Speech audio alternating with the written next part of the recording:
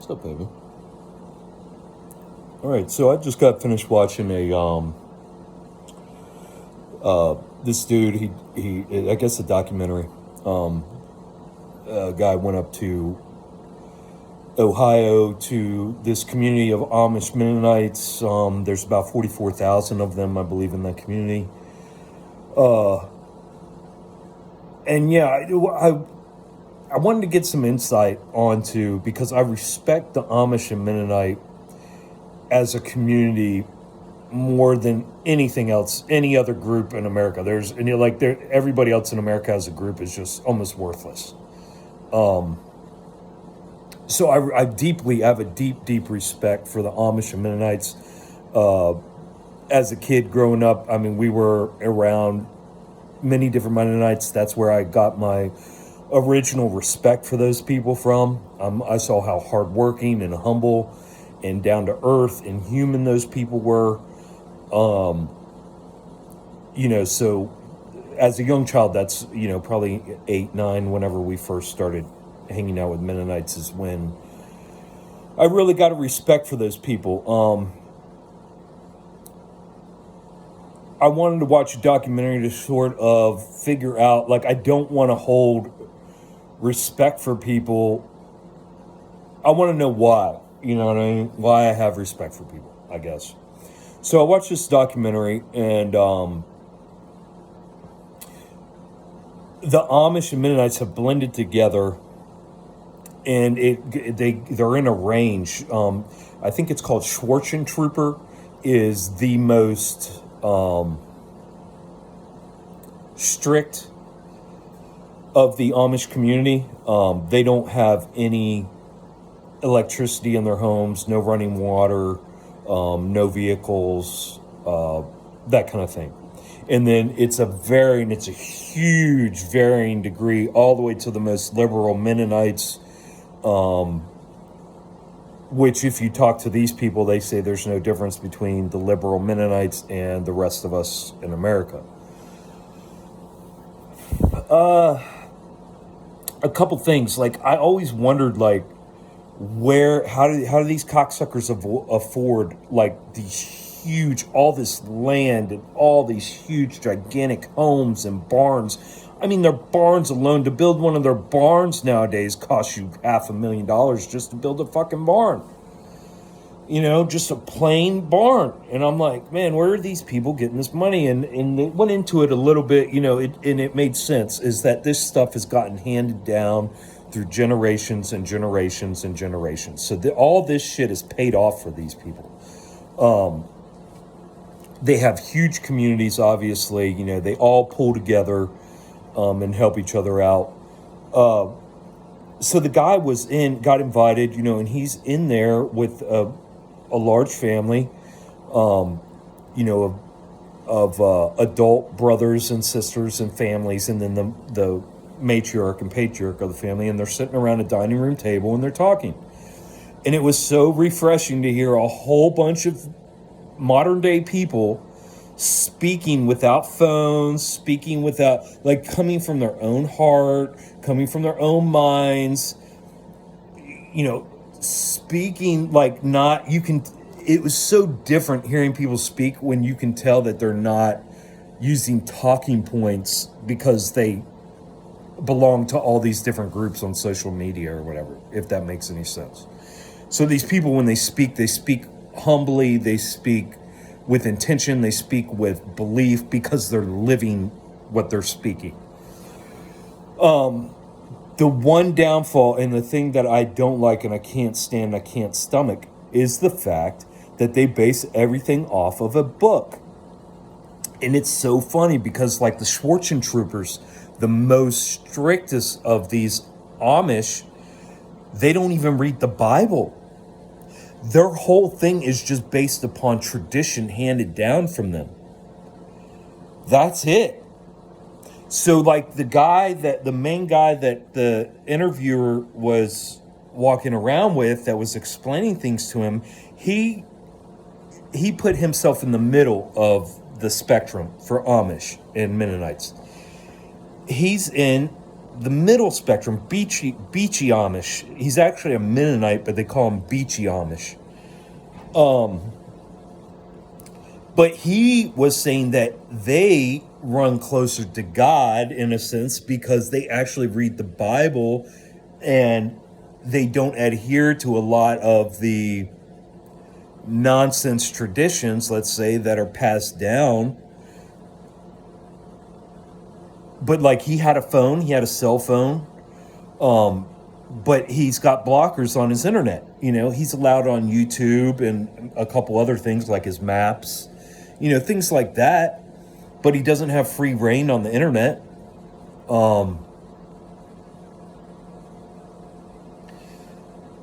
But again, going back to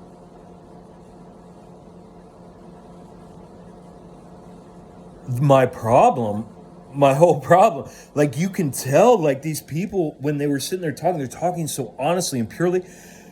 But when asked a question where you're waiting for a sole answer, it's coming out of a book.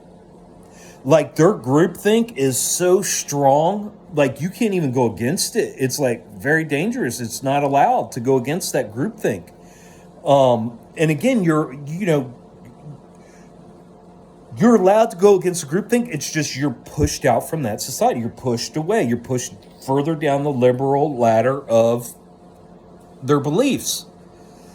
So the Schwarzen troopers don't have, they got the biggest farmhouses you've ever seen, the biggest damn barns you've ever seen, acres and acres, endless acres of land. But they don't have any electricity. They don't have any farm equipment that's, farm equipment, like motorized farm equipment. They don't even have fucking motorized farm equipment. And what they do is it's so weird, man, because these people hold on to their traditions and customs. So it's either traditions and customs that people are holding on to, or it's the book, the Bible, that people are holding on to. But everybody's so afraid to question either one of those two things. Like you're allowed to question the traditions, and then you just move farther down the liberal ladder. The one thing you're not allowed to do is question the Bible. You can't question the Bible. Their dogma is so thick that you can't question the Bible.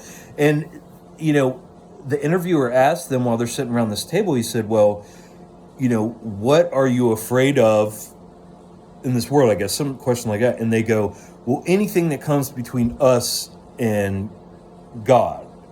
And I'm sitting there like, man, are you kidding me? Like, you guys are group thinking so hard. Like, what if, man, it's just crazy to me. It's crazy. Like all of these thoughts, all of this stuff is either handed down generationally and passed down and said, okay, well, this is just the way it is. This is how we do it.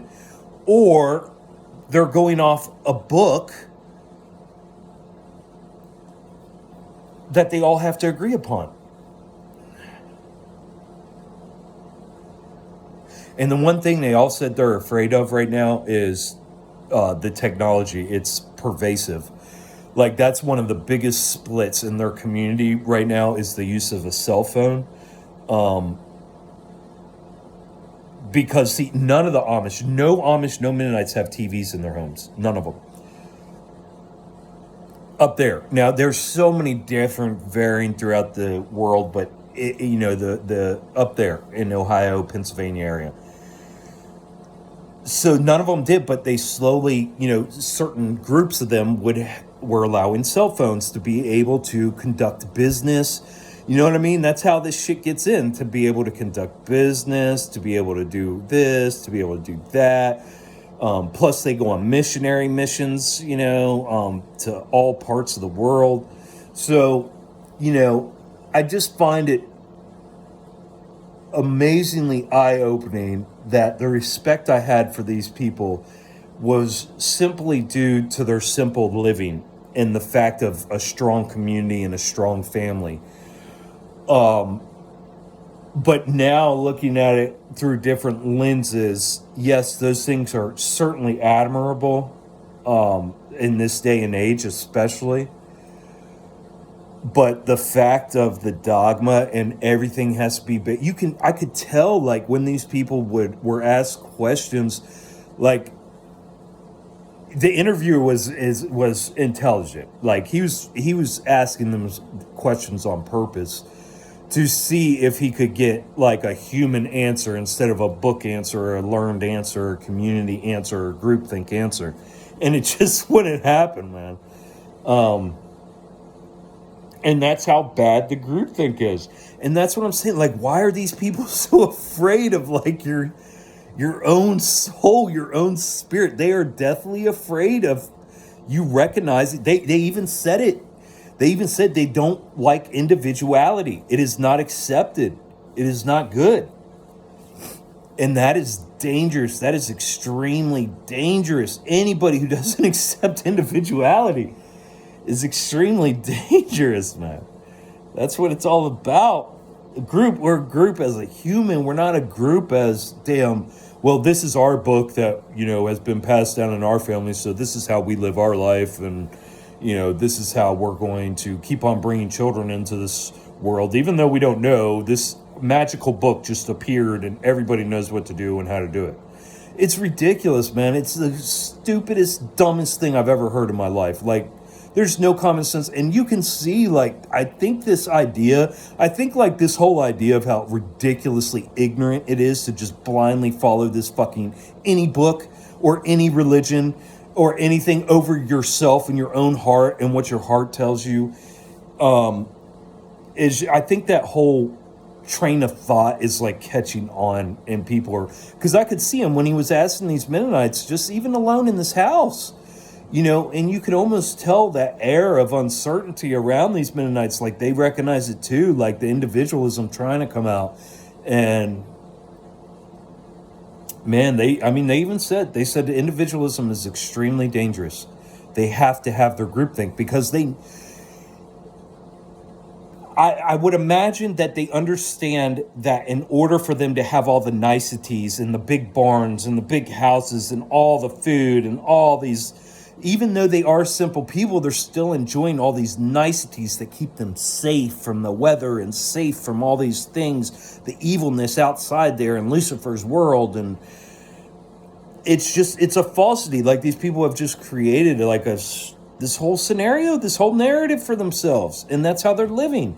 And it's fine, they're not harming anybody. I'm just saying that it's still they're still living in La La Land. They're still living in someone else's world. They're not even attempting to, in fact, they are saying, no, do not think for yourself. Everything you need is in this book, and that's terrible. That's fucking terrible. That's slavery, that you are enslaving people, and they are offering peace. Like Rumspringa, like, these people are all about Rumspringa and sending these middle-aged teenagers out into the world, because a majority of them come straight back and go, fuck that, we want to be Amish Mennonites, fuck the world. And why do you think, if you're raised in a fucking farm your whole life and never seen the outside world, and then all of a sudden they toss you, okay, here, good luck, go see if that's what you want, and you're tossed into society, of course you're going to want to come back to the warm, comforting arms of your society that you grew up in and what you know. I mean, it's like, oh my gosh. So it's just another cult, is what I'm saying. It's just another cult of the Bible. And it's only going to last so much longer. They said whenever there's a war and there's a draft, they have huge issues because they won't fight, so they have huge issues during those times. Right now, they're looking at AI and having a hard time because it's getting very hard to function without having a cell phone with all the trinkets on it. And they realize how dangerous that is. So, they're at a crossroads right now, man. And they basically said that they're understanding now that with this technology, what it seems like it's coming down to is either you're going to have to merge completely with it, or you're just going to have to get completely away from it. And see, that's what I'm saying. Like, That's the honest fucking situation we're at right now. And yeah, so just so many different points that I picked out. You know, the fact that these people, the only way they're able to live the way they do is because of the generations before them passing these huge farmlands down, passing all this stuff down to them. And then again, like the very strict Amish. There's no way those cocksuckers would be able to survive if they didn't have the communities that they live in where they have more liberal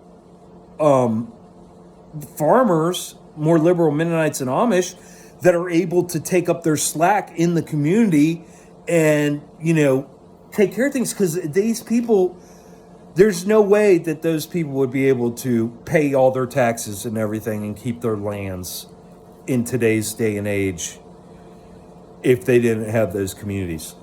There's no way. As an individual, as if they just took a stand and said, "Fuck, this is what I believe. I'm not having electricity and shit in my farmhouse. I'm just going to do what I got to." There's no way. There's no way they'd be able to survive without the support from their more liberal believing Amish and Mennonite community. You know? And that's the thing. Everybody's so attached to this world. Like, even them, I could see their attachment to this world was so strong. Like, they loved it. They loved having the big houses and the big barns and the farming and the food, nice food in your belly every day. They love it. You know what I mean? They keep on having kids and propagating it. It's crazy. They said the Amish community, the Amish and Mennonite community doubles every 20 years. Their numbers are doubling every 20 years. That's crazy. That is nuts. But, yeah, man. Just some thoughts, you know, even then. I mean, I highly respect the Amish Mennonites for how they live, how simple and down to earth they live, and how kind they are. But the fact that they can't even have a free thought, like, you can see them just so entrapped, like they're bound by, like their thoughts are bound by the Bible. It's like, what the fuck, man? And then, like I said, the more strict ones don't even read the Bible. All of their shit that they go off of is just based off of tradition. Handed down. So just things I'm thinking about, man. You know, again, you born into this world, and whoever you're born into wants to put you on their programming. You know, the most dangerous thing you can be is a free-thinking soul. That is the most dangerous thing you can be in this world, is a free-thinking soul. There's not many places for you. Good luck finding a place for yourself as a free-thinking individual in this world.